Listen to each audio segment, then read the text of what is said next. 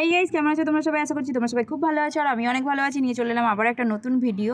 তো আজকে করব ডুমুরের তরকারি, তো সেটাই তোমাদের সঙ্গে শেয়ার করব, দেখতে থাকো। একটা পাতিল বসিয়ে দিয়েছিলাম, তাতে দিয়েছিলাম জল দিয়ে সবজিটা আর আলু এগুলো আমি সিদ্ধ করে নেব। তো যার কারণে জল দিয়ে নুন দিয়ে ওটা দিয়ে সিদ্ধ বসিয়ে দিয়েছিলাম। আর এদিকে একটা কড়াতে দিয়ে দিয়েছিলাম একটুখানি তেল, আদা কুড়ি, মানে আমি আদাটা বাটিনি, কুড়ে দিয়েছিলাম, কুড়ে দিলে একটু বেশি টেস্ট হয় তার কারণে। তো দুটো কাঁচা লঙ্কা দিয়ে দিয়েছিলাম, ঝাল যে যেরকম খাও সেরকম দিয়ে দেবে। আর আমি একটু বেশিই ঝাল খাই, যার কারণে আমি একটু বেশিই ঝাল দিয়েছি। দুটো কাঁচা লঙ্কা দিয়েছি 1 চামচ লঙ্কা গুঁড়ো লঙ্কা, আর হলুদ 1 চামচ, জিরে গুঁড়ো 1 চামচ। আর একটা জিনিস খুঁজে পাচ্ছিলাম না, সেটা আবার মা পরে খুঁজে দিল।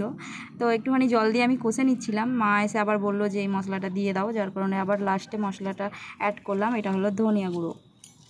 সব মশলা একসঙ্গে দিয়ে আমি ভালো করে কষিয়ে নিচ্ছি, পুরো লাল লাল করে, বেশ উপরে পুরো তেলটা ছেড়ে আসবে, লাল লাগবে, তখনই আমি দিয়ে দিয়েছি সবজি সিদ্ধটা, মানে সিদ্ধ করে রাখা সবজিটা।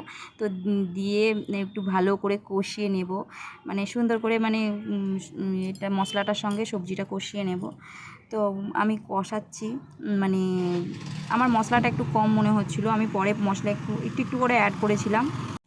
তো তারপর আমি দিয়ে পরে দিয়েছিলাম ওটা অফ ক্যামেরায়, তো সেটা দেখানো হয়নি, দিয়ে চাপা দিয়ে আমি সিদ্ধ করতে দিয়েছিলাম। পরে নুন দিতে ভুলে গেছিলাম, আবারও মানে ঢাকা খুলে আমি নুনটা দিয়ে ভালো করে নাড়িয়ে চাড়িয়ে নিয়ে চাপা দিয়ে দিলাম।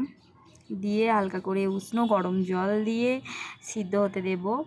তো আমি উষ্ণ গরম জলটা দিয়ে হালকা করে কষিয়ে নিয়ে, মানে একটু নাড়িয়ে চাড়িয়ে নিয়ে গ্যাসের ফ্লেমটা একটু হাই করে, তো আমি এটা চাপা দিয়ে দেবো। তো এখানে আমার হতে থাকছিল, আর আমি ভাবছিলাম যে একটা টমেটো থাকলে খুব ভালো হতো, তো ছিল না, আর কিছু করার নেই। তো এইদিকে আমি তেল আবারও ওটা নাবিয়ে নিয়ে তেল গরম করতে দিয়ে দিয়েছিলাম, আর তাতে দিয়েছিলাম একটা, বললাম আগেই আমি যে লঙ্কা খেতে বেশি ভালোবাসি, মানে গুঁড়ো, মানে ঝাল, তরকারিতে বেশ একটু ঝাল ঝাল হবে, ভালো লাগে। তো তার কারণে একটু শুকনো লঙ্কা একটু ফোড়ন দিয়ে ওটা মানে একটু হালকা লাল লাল হয়ে যেতে আমি সাঁতলে নিলাম এটা তরকারিটা। তো সাঁতলানো সময় যদি নিরামিষ তরকারি হয়, বিশেষ করে সেই ক্ষেত্রে বলছি, নিরামিষ তরকারিতে দেখবে একটু ঘি আর একটু যদি গরম মশলা দিয়ে দেওয়া হয়, সেটার টেস্টটা আরও একটু বেশি সুন্দর হয়ে যায়। তো আমি লাস্টে চিনি, ঘি আর গরম মশলা নিয়ে ভালো করে কষিয়ে নিয়ে নামিয়ে নিয়েছিলাম। তো আজকের আমার রান্না এটাই ছিল। তো ভালো লাগলে লাইক কমেন্ট করে দিও, আর আরও বেশি ভালো লাগলে শেয়ার করে দিও। আর আমার মানে ভিডিও যার ভালো লাগে সে সুন্দর একটা কমেন্ট করে দিও। আরও যদি কিছু মানে রান্নার রেসিপি জানতে চাও, মানে আমি যতটুকু জানি সেটুকুই আমি তোমাদের সঙ্গে শেয়ার করি। তো আরও যদি কারো জানার ইচ্ছা থাকে তাহলে কমেন্ট করতে পারো। বাই।